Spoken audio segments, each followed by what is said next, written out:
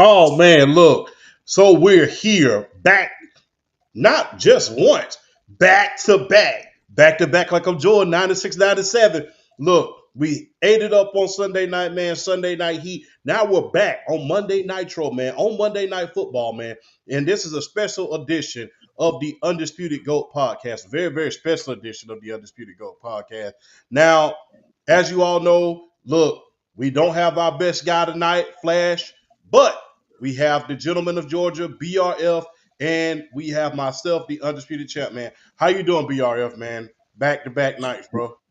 Man, this almost felt like Drake knocking out Meek Mill a few years ago, back to back all day. It's going pretty good, going pretty good. Had a good day of work. Not only is it Monday Night Football, it's Monday Night Raw. I got the TV on Raw right now.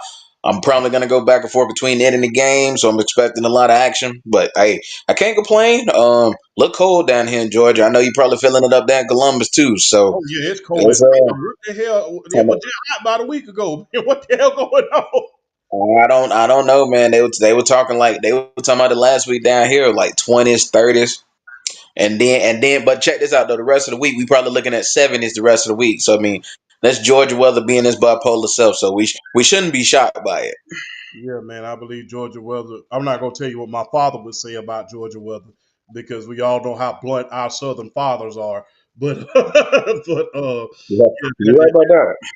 but yeah, you get what I'm saying. If you know, you know. And big shout out to Dwayne, man. Thank you for always joining us, brother. But let's just get right into it, bro. So Coach Daboll was fired from New York today. The New York Giants have let go of their longtime head coach Brian Daboll. As you know, he made the playoffs one year, but since then they've let go of Saquon, they've let go of Daniel Jones, and thus far, it seems like they may be nothing for nothing at this point because right now, because Saquon won the Super Bowl last year, was an integral piece on that Philadelphia Eagles team. Now, Daniel Jones is looks like he's on his way to at least an AFC championship. So, gotta ask you this. Brian Daboll is out of New York. Was his hiring justified or was it too soon? Uh, I'm gonna be honest with you. They should have fired him after last year. Hmm. Um, they should have fired him after last year. I mean, yeah, that playoff berth bought him. I feel like it bought him a year. But honestly, the way last year went and the turmoil and just like no offensive production at all. I mean, if it wasn't for the fact that they have that front seven, I mean, just the year probably would have went even worse than how it did last year. So, no, completely justified. And I think he would have gotten to finish out the rest of the year. I think what solidified his fate is the fact of Jackson Dart being in concussion protocol 4 different times this year. I Yeah. think that's what sealed his fate. I think, and I mean, not only yeah, that and the fact that they were 2-8. I just think, I think it's Jackson Dart being in concussion protocol as many times as he have, and I think ultimately blowing that game in Chicago as well. I mean, having a 20-10 lead and giving up the last 14 points and losing that game like that, I just think I think that was pretty much the nail in the coffin for him. I think it was a year too. I think it was a year too late, but then at the same, but I mean, like they were playing competitive football, even though they weren't a good team. They were playing competitive football, and I think he would have. I think he probably would have got to finish out the rest of the season had they won that game last night. But like I said, between everything that was going on with Jackson Dart and then blowing that game on top of that, I think the New York Giants had I think that was pretty much the straw that broke the camel's back. It was really they didn't want to sit around with that for 7 more games, so they just figured you get rid of him, you put an interim in there, just let him finish out the rest of the season, and then you go into 2026 in the draft and then off season and all that stuff, and just kind of not necessarily restart. I guess if you want to say restart from a coaching standpoint, that just kind of hit the reset button. I agree, man. You have to hit that reset button if you really want me to be honest with you. As PSP has stated, shout out to PSP, our guest star always on the Undisputed Go. the last 5 Giants head coaches since 2016 have gone 53, 104, and 1. Damn, that is not good. That's Those that's crazy. they are a long way away from the Tom Coughlin and Bill Parcells days, and even when Dan Reeves was the coach, they had a pretty good coach. They had, God rest his soul, right here from right down here in Americus, Georgia. But if you really want me to be honest, what hurt Brian Daboll is him trying to turn Jackson Dart into Josh Allen. Yeah, I mean, all of those design runs you have Tyrone Tracy, you have backs for that. You can't be trying to turn this guy into Josh Allen. I understand that's where you got your claim to fame from, and that's where you see a lot of the potential is from Brian from Jackson Dart. You see a lot of Josh Allen in him. But the thing is, look, everybody is not that tough. Everybody's body is not that durable. You have, and although he's from the SEC where he's used to taking big hits, this is the NFL. This is a whole nother level. So I really think that hurt his case right there. I really think this team has a lot of talent. Unfortunately, injuries took over, and we'll get to that a little bit later as far as the talent wise is concerned. But I really believe what really hurt Brian Daboll is him trying to turn Jackson Dart into Josh Allen. And I believe that was his downfall ultimately because they're looking like, damn, this guy's not Josh Allen. Josh Allen can take big hits and then still get up. And then Jackson Dart has been in concussion protocol 4 times this year. 4 times. I'm the general manager. I'm the owner. I'm saying hell no. So we could end up the number 1 overall pick next year and having to pick another quarterback and end up in the same position that not only the Indianapolis Colts was for years leading up until them getting Daniel Jones, who ironically came from us, but being Joe Burrow. You know, that's just being real. And to PSP's point, he lost faith in his team. Remember, he was out. He was getting into it with the offensive line. Remember, he tried to pull the offensive lineman, and he got into a scuffle with them, a verbal scuffle that is with them. And yeah, I believe we was talking about this weeks ago on not only our show but PSP's show as well. So yeah, I believe when you're fighting guys in your locker room, you're losing the locker room. Now you're getting your franchise quarterback. Now, this is one thing when he's in year 4. Okay. right. Year 1, and I'm already in concussion protocol twice. Not to mention, I think he got fined $100,000 for going out there and doing what he did when Russell Wilson was out there. And he went in there in the tent and got him. He said, hey, man, where's my quarterback at? And he Yeah, broke all with that. I think it was fined $100,000. I mean, yeah, and Jackson Dart is not Lamar either. No, everybody, look, there's a difference between, I don't think people understand this. There's a difference between a running quarterback and a scrambling quarterback. For those of you who don't understand the difference, Josh Allen is a running quarterback. All right? Fran Tarkenton is a scrambling quarterback. All right? Randall Cunningham was a running quarterback. Warren Moon was a scrambling quarterback.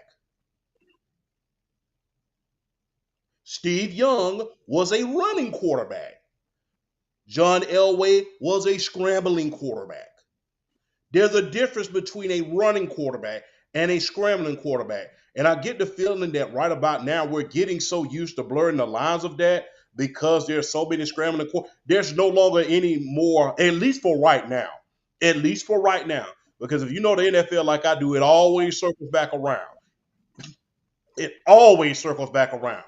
1 minute we were saying how running backs were obsolete. Now look at us. Now look where we at. Running backs are beginning to become the cornerstones of their franchises once again. So it always man. comes around. But at least for right now, drop back traditional quarterbacks are really a thing of the past. Now, are we in the middle of a resurgence right about now, or of saying that, hey, this is kind of like the 3-point was to the NBA, where it's gonna be alive for a short period of time, and then in a couple of years, it's gonna be back to the way it used to be, like it did. One may only hope, but for right now, scrambling quarterbacks and mobile quarterbacks are a hell of a lot more valuable than the traditional drop back quarterback. But we have to stop blurring these lines between scrambling and running quarterbacks. There's a huge difference between scrambling and running quarterbacks, and I don't think that people understand the difference at a certain point.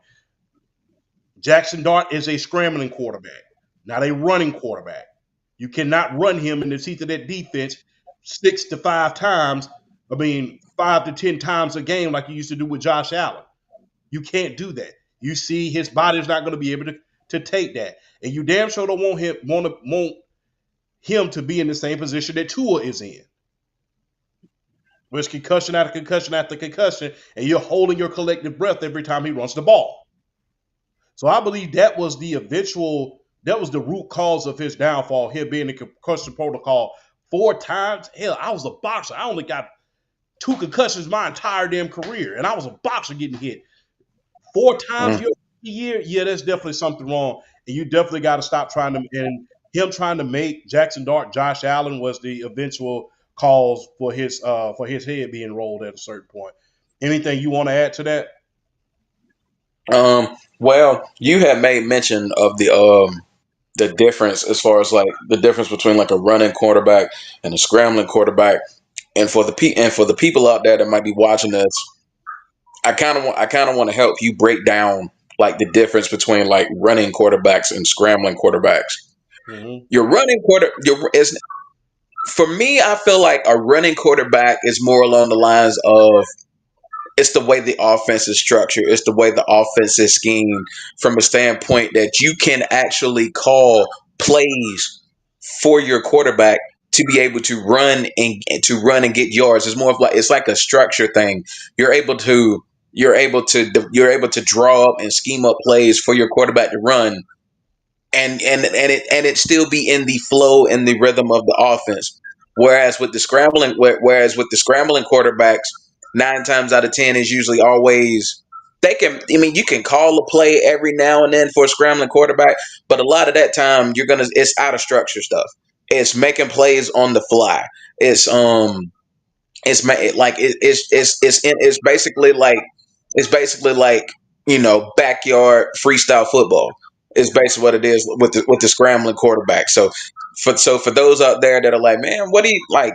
There's a difference between that. Yeah, running quarterbacks, you can scheme an offense around, you can call plays for it, and they can go out and execute in the floor of the offense. Scrambling quarterbacks are just those guys that are just going to go out there and make plays when they need to make plays out of structure, and it's always not necessarily like called plays. It's just breaking down, and it's not always necessarily in the flow of the offense. That doesn't mean they can't be. It doesn't mean they can't be effective.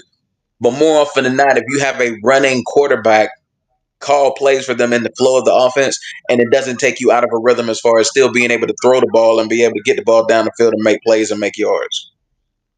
Yes, indeed. And on that note, man, good job, BRF. I just want to go ahead and just sound the horn for you on that one. Got to sound the horn. For matter of fact, let's do it. Got to sound the horn for you on that one, man. That was a perfect breakdown. So I got to ask you this question: with Daboll being fired now, Daboll is out. Who is the future of New York City? Who should they hire as their head coach? Um, well, I didn't think about this at first, but I've shouted her out before. If you don't follow her IG, is Tanya Ray Fox. She's got TikTok. She's got IG. Amazing chick, amazing girl, very knowledgeable as far as like her sports. If y'all don't follow her, y'all need to do so because she's really good at. She's very eloquent, and she's able to explain things in a way that you can understand. But she's knowledgeable, and the New York Giants are going to be eyeing the Bill Belichick situation in North Carolina. Hmm. They're going to be eyeing it, seeing what he wants to do, seeing if he's going to try to get out of that contract, see if they'll give him a buyout. I think the New York Giants are going to be eyeing him. But when you want to look at coordinators already in the league, the first name that comes to mind for me is Brian Flores with the Minnesota Vikings or DC. He's a name that comes to mind. Joe Brady with the Buffalo Bills. I think he's a name that comes to mind. I think I'm trying to think who else is out there. Those would be like three names off the top of my head that I could think Robert of as far Sala. as like who's that? Robert Sala. Robert Sala. Yeah, Robert Sala would be a name if he wants to get back in the head coaching game. I think Robert Sala would be an interesting look, an interesting viewpoint as far as like guys that might want to give it a go. Um, and and I don't. They see the thing with the Giants is they're not going to have the last couple of years. That's basically been like I want to say a crapshoot, but it's been a wide open field as far as the amount of coordinators that were like up for coaching jobs and all that, and just they're not. I don't think they're gonna have as many choices this off season, but I do think they're gonna have some eyes on some situations. Shoot, I mean, you never know. I don't think they're gonna go for him. No. I think Robert Sala should do what he feel he wants to do. Now, I think staying in San Francisco probably does make more sense for his career, seeing how he was fired from the New York Jets. I don't think he would want to go back into the New York media. I wouldn't blame him if he didn't want to. I don't think he should personally. I think he should really kind of rebuild himself and rebuild his resume. Whoa, breaking news. We're about to get John Cena and Dominic Mysterio on Monday Night Raw. Ain't that a bitch? Yeah, yeah. And just for everybody to know, I am watching Monday Night Raw. I don't want to give too many updates because this probably won't be a long show. This is mainly just, we're talking about the New York Giants coaching situation. But no, like I was saying, yeah, I think Robert Saleh should probably stay with San Francisco. Kind of rebuild his image a little bit. 2-3 years down the line, maybe get back into it, not necessarily in the New York, not having a New York state of mind, but going somewhere else. Yeah, but I do think the New York Giants, they're going to play that Bill Belichick card heavy. They're going to eye that situation with North Carolina because if he gets bought out and he leaves North Carolina, I promise you, Bill Belichick will be the first name they call. I can almost guarantee it. Whether they take him, that's a whole nother situation. But I do think Bill Belichick will be among the list of coaches, and then go from there. I Yeah. mean, I mean, I understand Bill Belichick is 74 years old, but I think you have to look at this situation like it's North Carolina, it's college. It was kind of out of his realm because he's dealing with, I don't want to call them boys, but he's dealing with young men as opposed to like Grown the men. grown men making millions of dollars who got priorities in order, who got responsibilities, and Bill Belichick has shown he's one of the greatest leaders of men this sport has ever seen. So we might say, oh, well, they don't need to look at Bill Belichick. I know we know how these NFL teams work. A market like New York, a franchise like the Giants, they're gonna want to make a splash, and Bill Belichick is still the splash, whether we want to admit it or not. So, outdated or not, they're gonna call him. They're going to call him. They're gonna call him. I Well, let's not mean, forget he has history with that organization. He won 2 Super Bowls with that organization under Bill Parcells. So yeah, that what you're saying is very, very validated when you think about the history of the fact that he wrote the best game plan in Super Bowl history. And that game plan is essentially what got him that job with the Cleveland Browns. So what you're saying is very, very validated. But to PSP's point, you have to ask yourself, especially with this new crop of players, how is that do your job persona and that aura going to work, especially in NYC, where you're turning out the lights in New York City. But what? And you got to ask yourself this. To your point. To your point, though. Look, how sweet would it to be to win one in NYC, the team that you started off with, and to put the cherry on top of your career to finally win one without Tom Brady? Because there's talent on this team in order to do so. You have the defensive personnel to do so. If you talk yeah, about those Patriots defensive teams, when you talk about the defensive linemen, when you talk about Richard Seymour, you talk about Vince Wilfork, Ty Warren, Teddy Washington, he has those caliber of defensive line up there. He has Brian Burns. He has Kavion Thibodeau. He has Sexy Dexy. he has those caliber of players up there where he can basically draw up a game plan and he could just send all guns a blazing out there. I think they need help on the back end as far as cornerback is concerned. Oh, But most definitely. yeah, I really think they need some help on the cornerback position. But as far as talent is concerned, especially when Cam Scatterboot gets back, I think they have the skills to pay the bills when it comes to that situation. But I would not be surprised about that. And like I stated, this is the team that you started off with. And look, what better way to stick it to the Jets than to win with their crosstown rival? You be the fifth head coach, or you be the fifth coach, well, the third coach in order to win win the Super Bowl in New York. And ironically, all of those guys would have came from either Bill Parcells or the Bill Parcells coaching tree. You know, Right. the real no nonsense type of guys, and that's probably what they need. If you really want me to be honest with you, this real no. That's how they won. I mean, Right. as great as these players were in New York under Jim Foster, although they went to a Super Bowl, they wasn't able to get the job done. They didn't get the job done until they had that no nonsense, no bull jive guy in there in the form of Tom Coughlin. Although they had Lawrence Taylor back in the day, guess what? Bill Belichick was a no nonsense type of guy. So guess what? You know, Bill Belichick is the last no nonsense type of guy that can bring that type of flair, and I believe that he can bring the best out of this defense, out of these defensive stars as well. But keep your eyes on Brian Flores too, just in case, and keep your eyes of what's going on in Miami, because if Robert Salem decides, okay, I'm going to take the head coaching job in New York, and Mike McDaniel comes with him, imagine what this offense can be with those two. The defense belongs to Robert Salem, and regardless of his head coaching antics, you know, he's a hell of a coordinator. Can you imagine Cam Scatterboo and Tyrone Tracy in that zone blocking offense? Can you imagine that? It would. Hey, let me tell you something, Mike. I think the Mike McDaniel offensive scheme with the Giants would be a really really good fit.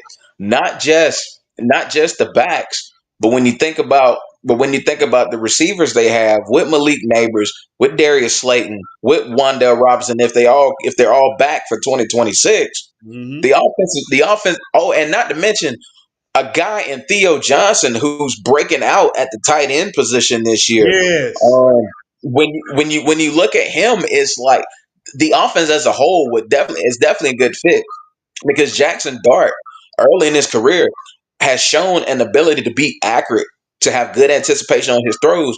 But one of the most important facets of the Mike McDaniel offense is your ability to throw the deep ball, and he has shown a pretty good deep ball.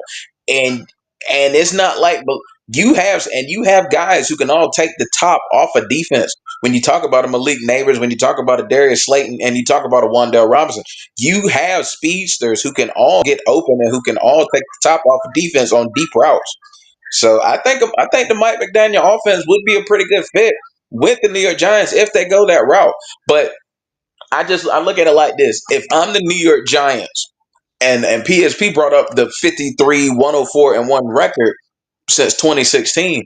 If I'm the New York Giants, I don't have I don't have room to I really don't have a lot of room to ask what have you done for me lately when you haven't done anything lately yourselves. Yeah. So it's about I just feel like in the back of their mind a splash higher, it's not out of the realm of possibility. It's not out the realm of possibility. I don't, and I know how franchises like that work. We've all seen it. Like like teams like the Dallas Cowboys, teams like, I mean, just the San Francisco 49ers. Just if you want to call them like if you want to call them the blue bloods of the sport, a splash is not out the realm of possibility with a franchise like the Giants. I have no problem with them going for someone in the Sean McVay culture tree. I wouldn't have a problem with it.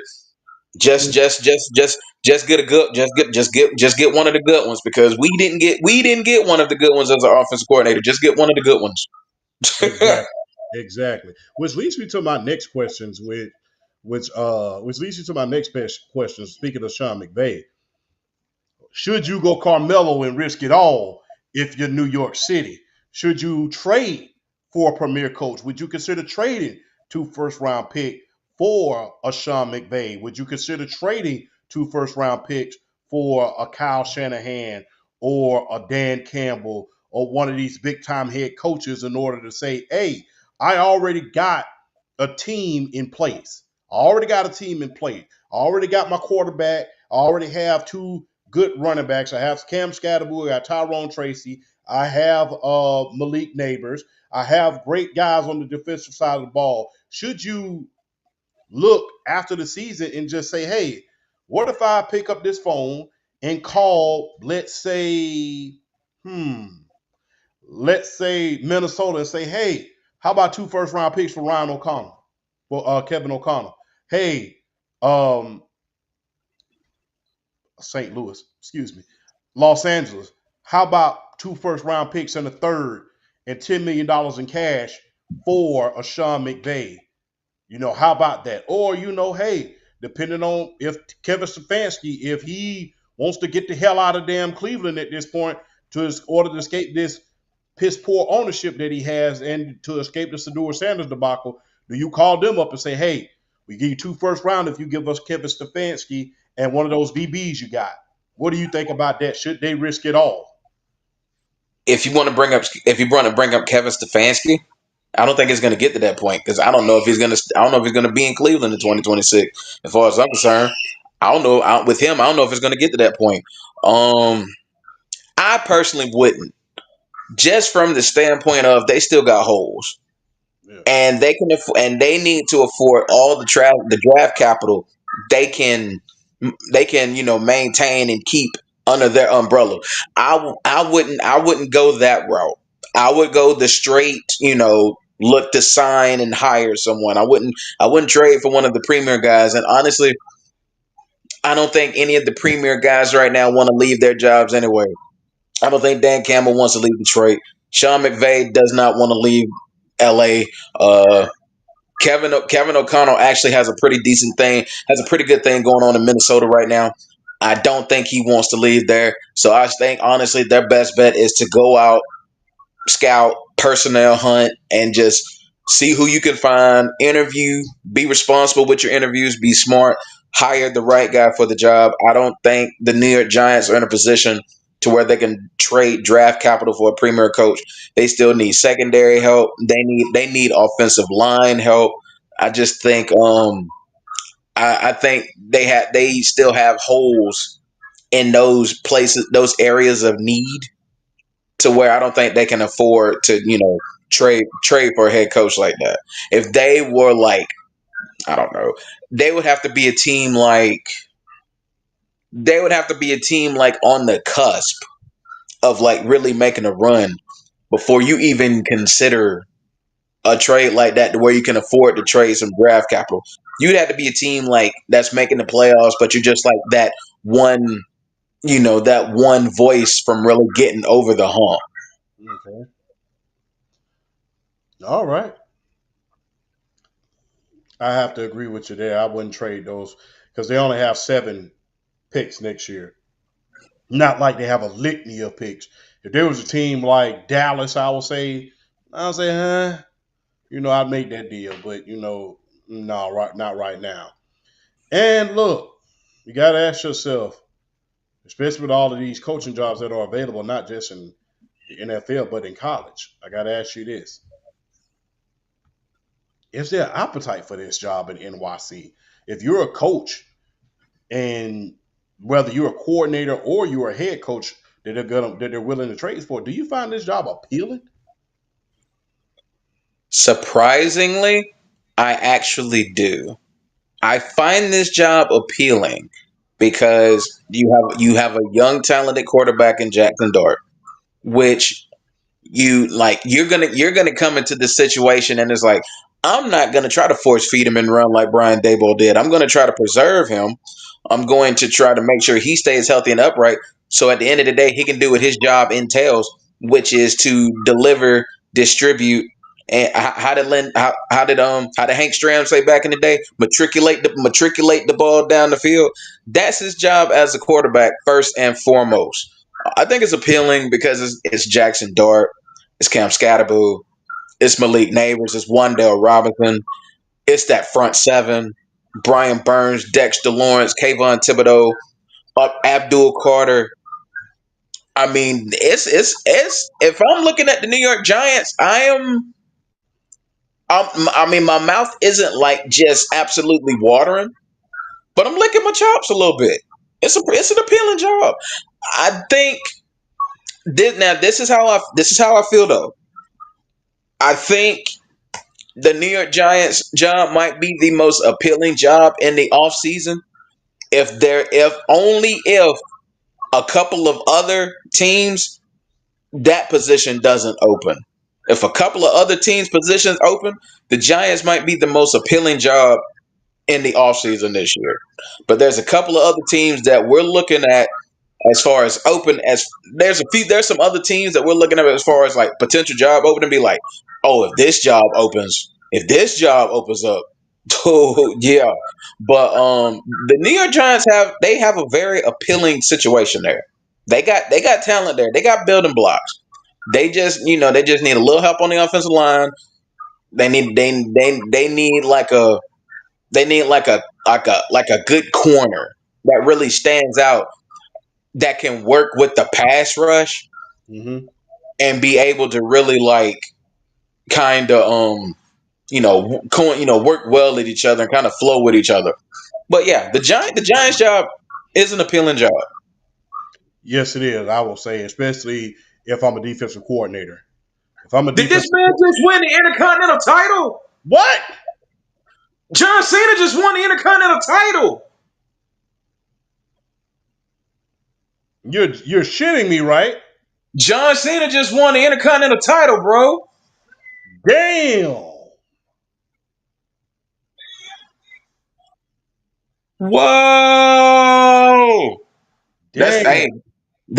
that's I apologize, yo. Like I said, I am watching Raw. John Cena just completed the Ultimate Grand Slam. The Yes, Intercontinental title is the only thing he has not done. yes, So indeed. so basically that entails he's now won both world titles. He's won well, okay, he's won both world titles. He's won both mid and now he's won both mid card titles. He's been a tag team champion. He's won the Royal Rumble. He's won Money in the Bank. And there you go. Grand Slam champion to close out your career. The Yeah, not just Grand Slam, the ultimate Grand Slam. He's won everything now. nice.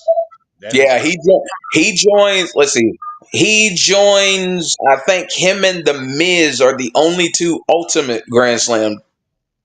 No, no, yeah, him. No, no, no. Ultimate. I'm trying to think who's ultimate. Uh, Edge. I think you're right. Edge. I think you're right. Yeah, it is Edge. I think you're right. Yeah, Edge. Edge. I think you. You know what? I'll have to look. I'm gonna have to look that up. I'm gonna have to look that up. Yes, indeed. And look, going back to the lecture at hand, I think it does have an appeal to this job. This job does have an appeal, especially if you're a coordinator like Brian Flores. You got some headhunters out there. You have Abdul Carter, you have Kayvon Thibodeau, you have Sexy Dexy, you have Brian Burns. You have a plethora of guys that you could just send at the quarterback. And if you're Brian Flores, I know you're looking your chops looking at that job saying, if I bring in the right offensive coordinator and they can get the offense squared away, I can do some things with this defense, especially in that division, if you really want me to be honest with you. Bro, Brian Flores with that defense. God help us all. Yes, indeed. I agree. And look, hey, if I'm the Minnesota Vikings, I'm asking, look, I'm going to Brian Flores and offering him the biggest contract. I'm offering him a Jason Garrett type of contract. You remember when Jason Garrett, a guy, was making a little bit less than the head coach because he was so good of a coordinator. You're so good as a coordinator. Yes. So if I'm the Minnesota Vikings to make sure he doesn't get poached at least next year, I'm offering the biggest contract for a coordinator uh I possibly can muster because you can best believe guys like the New York Giants, guys like Um, you know, even the Cleveland Browns. Can you imagine if Brian Flores gets his hands on Myles Garrett? Right. Exactly. Exactly. Because, like I said, he has to have the right offensive coordinator in order to groom his quarterbacks and stuff like that. Because we all know how tough he is on the offensive side of the ball. He is a hard nosed coach. I think if he found himself a great offensive coordinator, he could be a good head. He could be the next Todd Bowles if you really want me to be honest with you. I I really can, I definitely, I like that comparison. I can definitely see that because we know how good Todd Bowles was. We know how good Todd Bowles is as a defensive coordinator. But yeah, I think it's what's helped him and his ability to like win in Tampa is having the right minds running that offense to be able to kind of keep it consistent down there in Tampa. So that's a good comparison. Yes, indeed. But that concludes, man, a very special episode of the Undisputed GOAT podcast. Like the title says, say goodbye to the Porche. NY wants a divorce. And that's exactly what happened today in the NYC when it came to Brian Daboll and the New York Giants, man. Anything else you want to add tonight? BRF Sports. Just want to say I love the idea. I think it's a hell of an idea what you coming up with every so often when a news story like this breaks to actually kind of put some time aside to get on here, not only talk with each other but talk with the people out there, invite them in with feedback, let them come in and talk. Shout out to PSP. He's always giving us his feedback on these episodes, and he's doing the damn thing with us. Shout out to Dwayne. He's basically become a regular week in and week out, always in here. Shout out to him. And also, man, like my homie said, man, if y'all ain't following us, y'all need to do that. Like, comment, subscribe, do everything you need to do to be a part of the UGSP movement because this ain't just stopping at like 170, 180. We trying to take this bad boy on somewhere. We trying to take it. We want some of this smoke too. We trying to eat some of this. We trying to eat some of this healthy food. You know what I'm saying? We trying to eat. So shout out the champ. Shout out to Flash. Hey, we love you, homie. We know you handling business at home. He's a father just like myself. So we know you handling business. We love you. You know what I'm saying? Next week we gonna be back the triple double, the big three, doing what we do best next Sunday night. After the early football games are over, we gonna do what we do. But hey, shout out to everybody. A topic not thought about is a topic not talked about. Yes, indeed. But I do have one in the great words of Lieutenant Aldo Ran from Inglorious Bastards. 30 seconds. 30 Okay. seconds. 30 seconds, no more. Okay. Joe Burrow. He's eyeing a week 13 return. Well, we'll move it up to 1 minute. Do you let him return?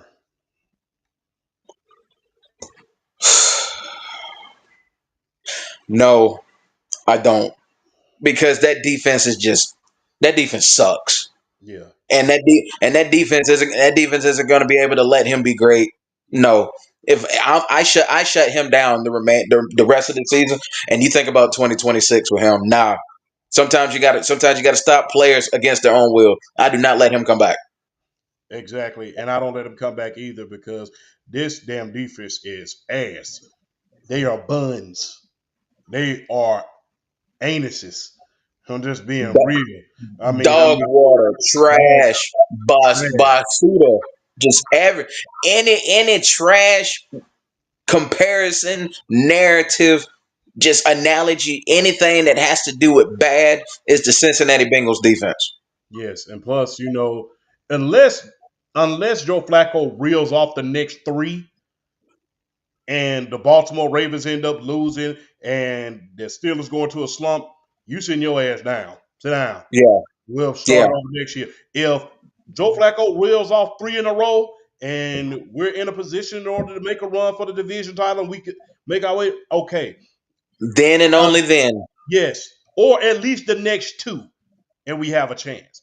But if he don't reel off at least two in a row leading up to week 13 when we face the Baltimore Ravens, you send your ass on that bench for the rest of the time. And I don't even want you in your pads because I don't even want you even tempted to go out there because if Joe Flacco Nope, gets hurt. Your ass nope. is gonna fit right up there in that damn booth. We're gonna see you up some caviar, some shrimp, some spam, whatever you want to eat, and you're gonna sit your ass up in that damn booth.